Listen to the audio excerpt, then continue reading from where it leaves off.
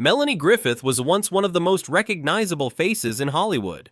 At her peak, she represented a specific era of American cinema, blending vulnerability, sexuality, ambition, and emotional honesty in a way few actresses of her generation managed. She was an Oscar nominee, a Golden Globe winner, and the lead of films that became cultural reference points. Yet over time, her presence in mainstream Hollywood diminished, and public attention shifted away from her work and toward speculation about her personal life. Understanding what actually happened requires separating mythology, tabloid narratives, and genuine career realities. Griffith was not an outsider breaking into Hollywood. She was born into it. Born in New York City in 1957, she was the daughter of actress Tippi Hedren and advertising executive and child actor Peter Griffith. Her childhood unfolded around film sets, creatives, and industry figures, but that proximity did not protect her from pressure or instability. Raised largely by her mother, Griffith spent part of her youth around Hedren's animal sanctuary, where big cats roamed freely. This unusual environment later resulted in a serious injury during the filming of the family-funded movie Roar, when Griffith was mauled by a lion and required reconstructive facial surgery.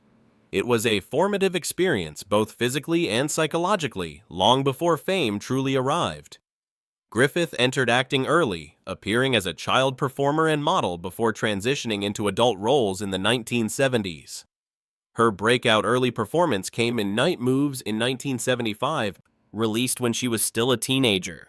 The role made her visible, but it also established a pattern that would follow her for years. She was frequently cast in sexually charged roles that emphasized her image over her emotional range. Films like Smile and The Drowning Pool continued to place her in adult narratives that blurred the line between vulnerability and exploitation. The industry saw potential but struggled to frame her beyond surface appeal. The early 1980s became a turbulent period. Problems with substance abuse began to disrupt momentum just as Griffith was positioned for wider success. Hollywood opportunity is unforgiving in its timing, and her struggles coincided with years when continuity mattered most. In 1984, she returned with Body Double, a role that recentered attention on her abilities. Playing a porn actress within a psychological thriller, Griffith delivered a performance that critics praised for its fearlessness and complexity. Though the film itself divided audiences, her work earned her major critical awards and re-established her as a serious actress, not just a tabloid presence. That momentum carried into Fear City and then Something Wild in 1986. In Something Wild, Griffith portrayed a character that balanced impulsiveness, danger, humor, and emotional damage. It was one of the first times her unpredictability was framed as a strength rather than a liability.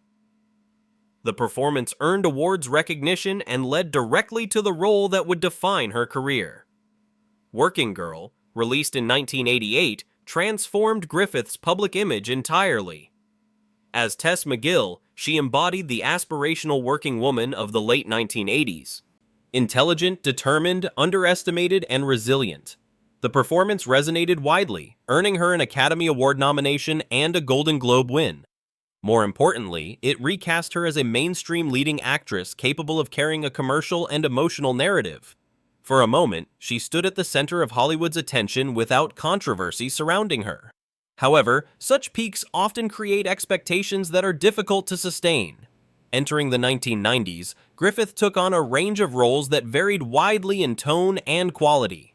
Pacific Heights, The Bonfire of the Vanities, A Stranger Among Us, and Born Yesterday placed her in projects that either underperformed critically, commercially, or both. In some cases, scripts failed to match her strengths. In others, she faced miscasting or films burdened by production and creative issues beyond her control. Hollywood, quick to reassess reputations, began shifting its narrative around her again. At the same time, Griffith's personal life remained highly visible. High-profile relationships, marriages, and struggles with addiction often dominated media coverage. Rather than discussing performance choices or artistic direction, coverage emphasized instability and unpredictability. This public framing mattered. Hollywood has historically allowed men to be volatile while expecting women to remain composed, youthful, and unchallenging. Griffith increasingly failed to fit the industry's preferred mold. Despite this, she continued working consistently. She did not disappear. she adapted. Throughout the 1990s, her performances showed range and commitment, even when the films themselves did not succeed. She also faced the growing reality of ageism in Hollywood, particularly acute for actresses whose careers began with a heavy emphasis on physical image. As younger faces emerged and industry priorities shifted, the roles offered to Griffith changed in scale and prominence. By the end of the decade, Melanie Griffith's position in Hollywood was no longer that of a defining star, but neither was it that of a casualty. What was happening was more subtle. The industry had moved on from the version of her it once celebrated, while continuing to reduce her story to headlines that ignored the full scope of her career. To understand what came next, it's necessary to look at how she navigated reinvention, personal recovery, and an industry that rarely allows women second acts on their own terms. As the 1990s moved forward, Melanie Griffith entered a phase that defined much of her later career. Steady work without sustained industry confidence. Hollywood did not fully abandon her, but it stopped investing in her as a long-term leading figure. This distinction is crucial. She remained visible, professional, and employed, yet rarely positioned at the center of major studio projects. The shift reflected broader patterns in the industry rather than a sudden loss of ability. In 1996, Griffith married Antonio Banderas, and their relationship became one of the most closely watched celebrity partnerships of the era. Professionally, it also marked a turning point. The couple collaborated on several projects, including Too Much, Crazy in Alabama, and later Automata. While these films showed creative ambition, they did not dramatically rewrite Griffith's career trajectory. The marriage brought personal stability for a time, but it also placed her under even greater public scrutiny. Her identity in media coverage increasingly became relational rather than artistic. At the same time, Griffith openly confronted her long-standing struggles with addiction. She entered rehab multiple times throughout the late 1990s and early 2000s, including a highly publicized stay in 2000 for painkiller dependency. Unlike many celebrities who avoided transparency, Griffith chose honesty. She documented aspects of her recovery publicly, framing addiction as a lifelong condition rather than a personal failure. While this candor was admirable, it further shifted public attention away from her acting and toward her personal challenges. Professionally, Griffith adjusted. Recognizing the limits of available film roles, she explored television and stage work. Television roles in series such as Nip Tuck, Twins, and later guest appearances across procedural and comedy series allowed her consistency, though not stardom. These projects demonstrated reliability and versatility, but television at that time lacked the prestige it would later gain in the streaming era. As a result, this phase was often viewed as a step down rather than a strategic pivot. In 2003, Griffith took a surprising turn by starring as Roxy Hart in the Broadway revival of Chicago. This move marked a deliberate redefinition. Despite limited formal musical theater experience, she delivered a disciplined performance that earned solid reviews. The Broadway run demonstrated that she remained committed to craft and willing to step outside expectations. It also signaled her understanding that sustaining a career sometimes requires moving away from the systems that no longer prioritize you. However, the broader cultural narrative around Griffith continued to narrow. Discussions about her appearance increasingly dominated coverage. Cosmetic surgery speculation became a recurring fixation, overshadowing both her past achievements and her current work. This shift reflected a wider industry problem rather than an individual failure. Hollywood has long amplified scrutiny of women's aging in ways that distort public perception. In Griffith's case, that distortion became a defining component of how she was discussed. Health challenges compounded this shift. Griffith underwent treatment for skin cancer multiple times, including facial surgeries that were medically necessary but publicly misinterpreted.